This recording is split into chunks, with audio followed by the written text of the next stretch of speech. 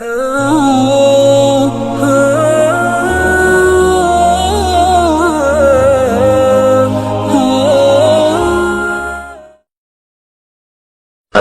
ada di badannya. Malaikat Allah Ta'ala yang di langit semuanya memintakan kepada Allah supaya dosa-dosa orang itu dihapuskan.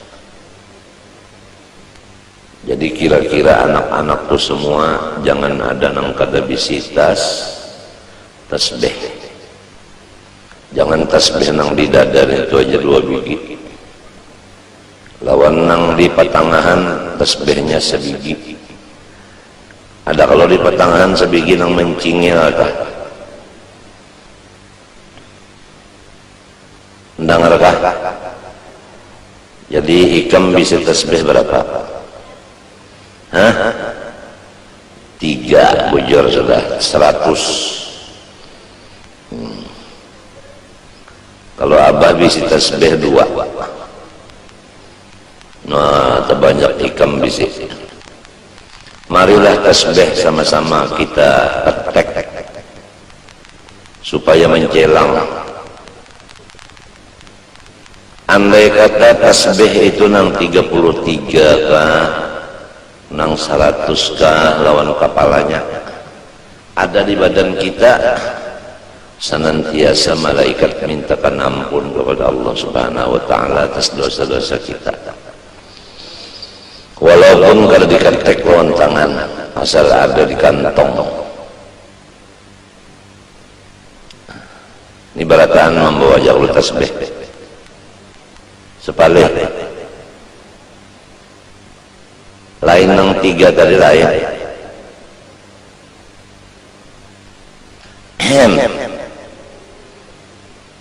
Menukar tasbih buntungnya. Nang murah-murah aja, jangan nang larang-larang. Asal ada bisi. Apalagi kalau bisa mengambil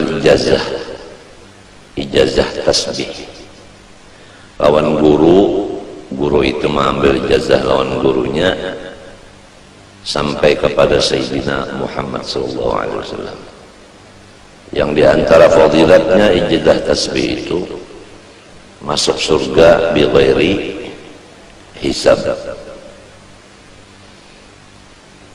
Limbah bangun dari kubur tengah dari dalam surganya aja. Kada tahu bepanas di padang mahsyar, kada tahu betiti siratal mustaqim, kada tahu betimbang, kada tahu berhisab. Pokoknya bangun di kubur ada di surga. Nah, itulah ijazah tasbih. Satu lagi ijazah bersalaman. Rasulullah bersabda, siapa bersalaman dengan aku dan sampai hari kiamat, jazah musafahah, saya masuk surga kada berhisab juga. Ada lagi yang semacamnya berasuk tangan. Kalau bersalaman minto, berasuk tangan minto.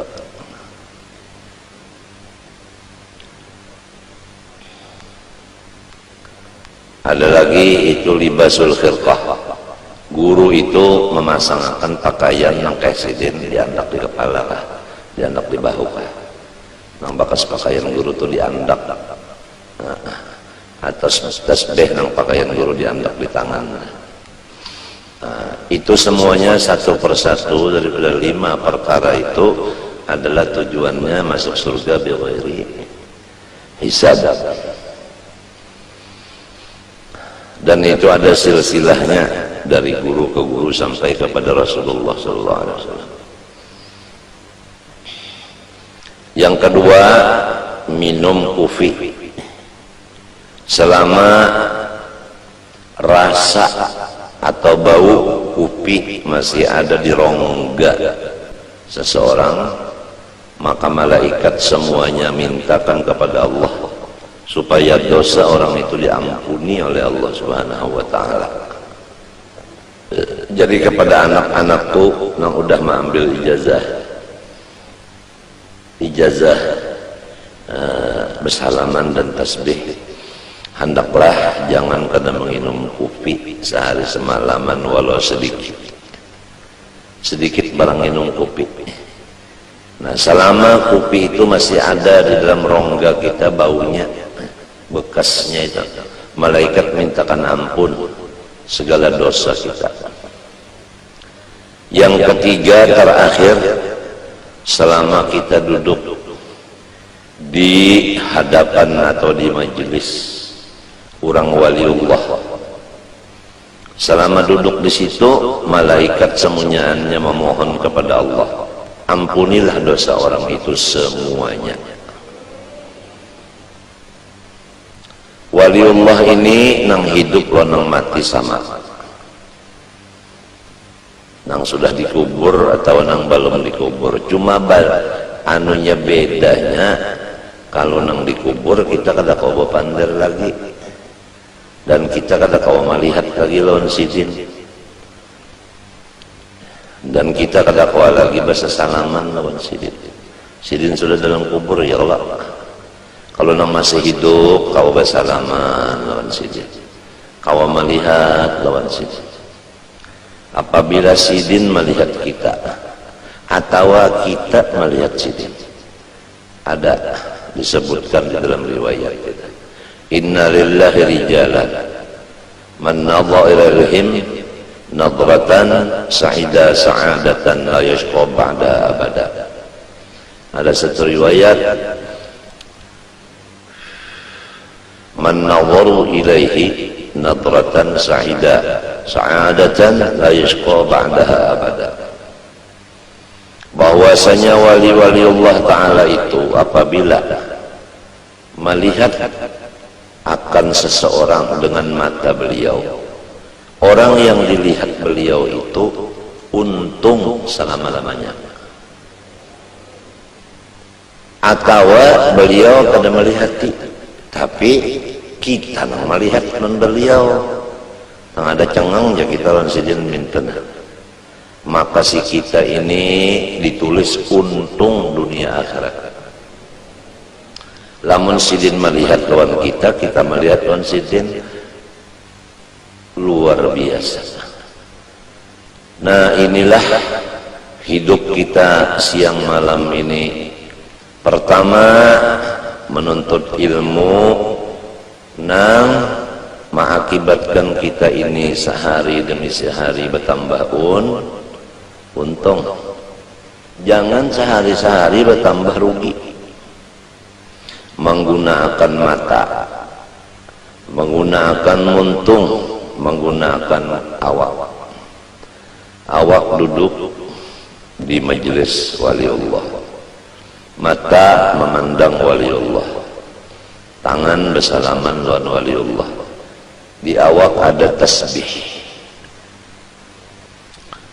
Sudah rancak kita mendengar apabila orang duduk di majelis waliullah, sama ada nang hidup maupun nang mati, duduknya itu sekadar memecah intalu sabigi, intalu mantah. Intalu mantah itu ambil sebigi, diketek lawan tangan pecah. Duduknya di majelis wali sekadar itu aja, satu mat mana. Maka pahalanya kita duduk satu mat itu lebih banyak daripada mulai keluar di parut beribadat siang malam non stop sampai mati. Misalnya ada seseorang namanya Abdullah, dia duduk di majelis wali sekadar memecah intalu sebiji. Ada seseorang namanya Abdurrahman, mulai keluar di parut umat langsung beribadat siang dan malam, umurnya 100. Kada sing ampihan beribadat 100 tahun mati. Maka Abdullah itulah nang paling sugih pahala daripada Abdurrahman tadi. Nah, itulah artinya cara orang mencari keuntungan hidup. Ma'andak akan burit duduk di majelis waliullah, sekadar memecah intalu sabigi. Kalau duduknya seperempat jam memecah intalu berapa biji? Coba bayangkan, kali akan aja untung benar. Cuma kalau orang munafik Duduk di majelis wali itu sama dengan burung duduk di dalam sangkar. Dia berpikir hendak keluar daripada sangkar itu. Rasa kada nyaman di dalam sangkar. Dia lengah daripada Allah. Dia duduk bukan di majelis wali. Dia kada bisi tasbih.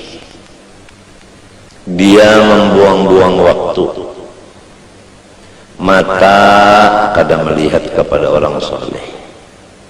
Telinga kada mendengar kata-kata orang soleh.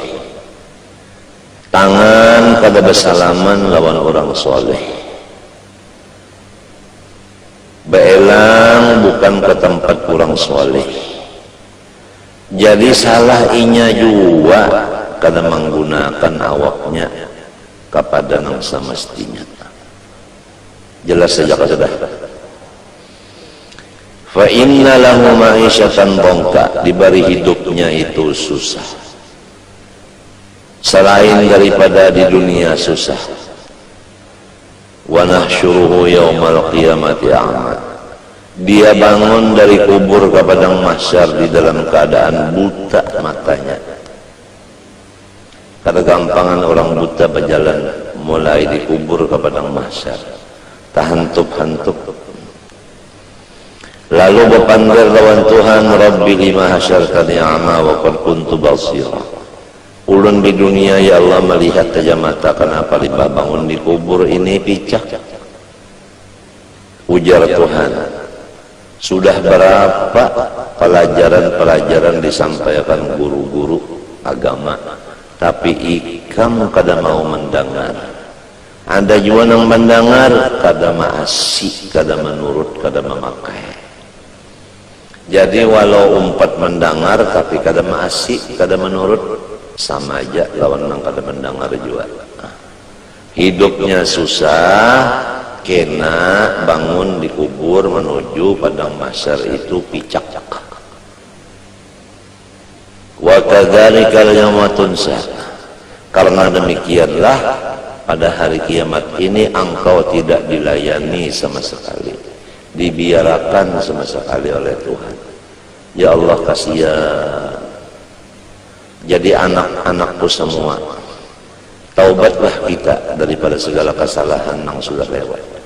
Janganlah berjalan kecuali ke tempat orang soleh. Jangan bakawan kecuali orang yang soleh. Jangan melihat kecuali kepada orang soleh. Jangan ziarah kecuali ke rumah orang soleh. Dan jangan kada bisi tasbih. Dan sehari semalaman jangan kada minum kopi walau sedikit. Di samping itu apa-apa amalan yang diberi sudah oleh Abah dipakai. Di antaranya tarekat samaniyah diamalkan saban subuh lawan saban maghrib atau mbah asar. La ilaha illallah 166 kali. Allah 66 kali. Hu 77 kali. Aba ulangi, la ilaha illallah 166 kali. Allah 66 kali. Hu 77 kali. Kemudian membaca wasiat sidin 4 kali berturut-turut. Allahumma ighfir li ummati Sayyidina Muhammad, Allahumma arham ummata Sayyidina Muhammad, Allahumma astur ummata Sayyidina Muhammad, Allahumma jbur ummata Sayyidina Muhammad.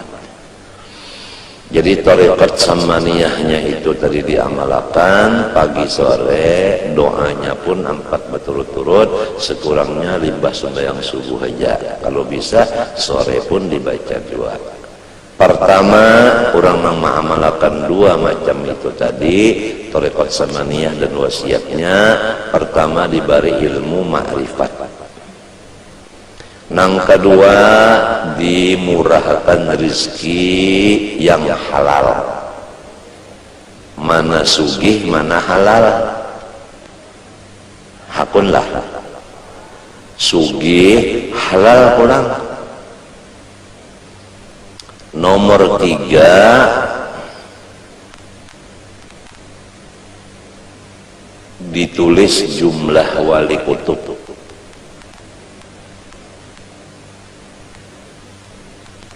Jadi anak-anakku semuanyaan, barilah waktu limbah subuh, limbah asar atau limbah subuh, limbah maghrib, baca la ilaha illallah 166 kali, Allah 66 kali, 77 kali. Kemudian Allahumma ghfir li ummati sayyidina Muhammad, Allahumma arham ummata sayyidina Muhammad, Allahumma astur ummata sayyidina Muhammad, Allahumma jibur ummata sayyidina Muhammad 4 kali berturut-turut. Tasbih jangan kada bisi, kupi jangan kada minum sedikit barang. Dan nang lebih penting lagi, dirancaki duduk di majelis waliullah. Adab ziarah kepada waliullah jangan tangan 10. Nah itu harus ada nang dihadiahkan lawan sidin. Itu memang Tuhan nang maatur. Idza najaitumur rasul faqaddimu baina yaday najwakum shadaqah. Bukan waliullah itu meminta akan hadiah, sama sekali tiada. Tapi Tuhan mengatur kita adabnya kalau hendak baelang babawaan. Jangan tangan 10. Ya ayyuhalladzina amanu idza najaitumur rasula faqaddimu baina yaday najwakum shadaqah. Nah itu artinya membawa hadiah. Itulah peraturannya orang ziarah. Kalau di sana ada wasiat, bacalah wasiatnya. Hanyar kita meminta kepada Allah dengan berkat sidin. Jangan meminta lawan walinya, minta lawan Allah. Bertawassul dengan berkat wali itu. Itu caranya meminta kepada Allah dengan berkat waliullah nang dielangin ini. Nangka itu caranya. Nah, mudah-mudahan ikam sudah abad jelaskan, paham dan mengerti, dan mudah-mudahan Allah memberi taufik kita kawan memakainya. Sehingga abah dan anak-anak abah berataan menuju kepada tambahan untung hidup kita. Jangan seperti yang dahulu adalah tambahan rugi saban hari.